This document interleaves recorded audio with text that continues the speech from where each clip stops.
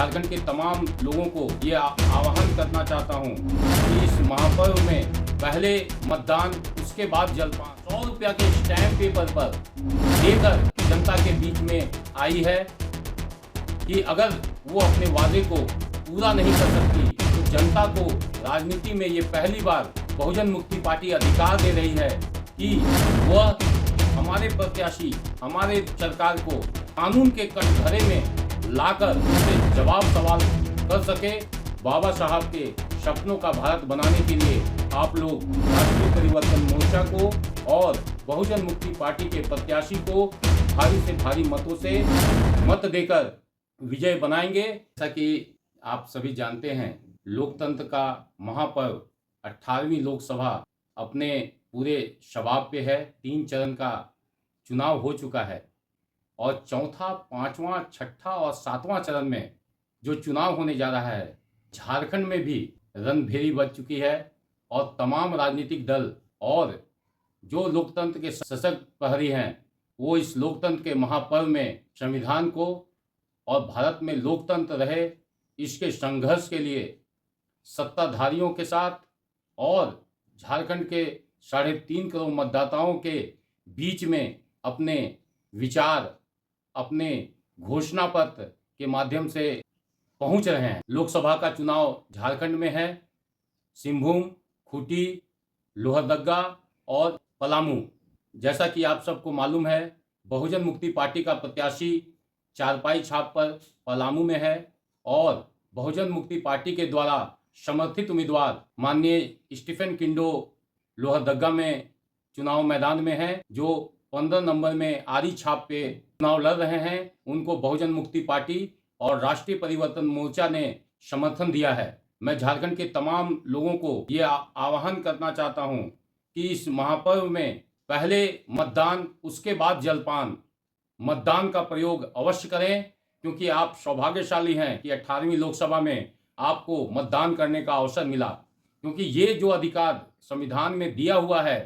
वो हमारे सूरत लोकसभा में हमारे मतदाताओं को नहीं मिल पाया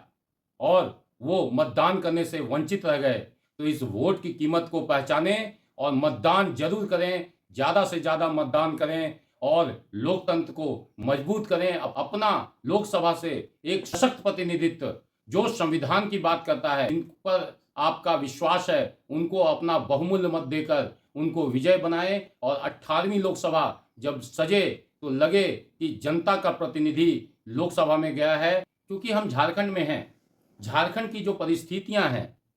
उस संदर्भ में मैं 2-3 बातें आप समूह से कहते हुए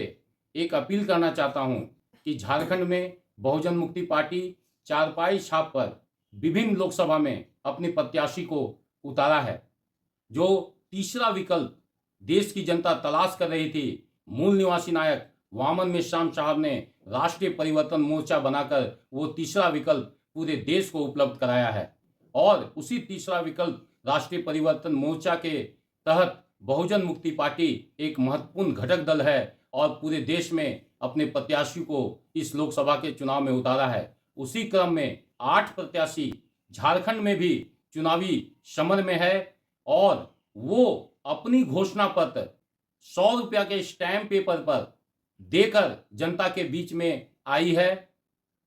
कि अगर वो अपने वादे को पूरा नहीं कर सकती तो जनता को राजनीति में ये पहली बार बहुजन मुक्ति पार्टी अधिकार दे रही है कि वह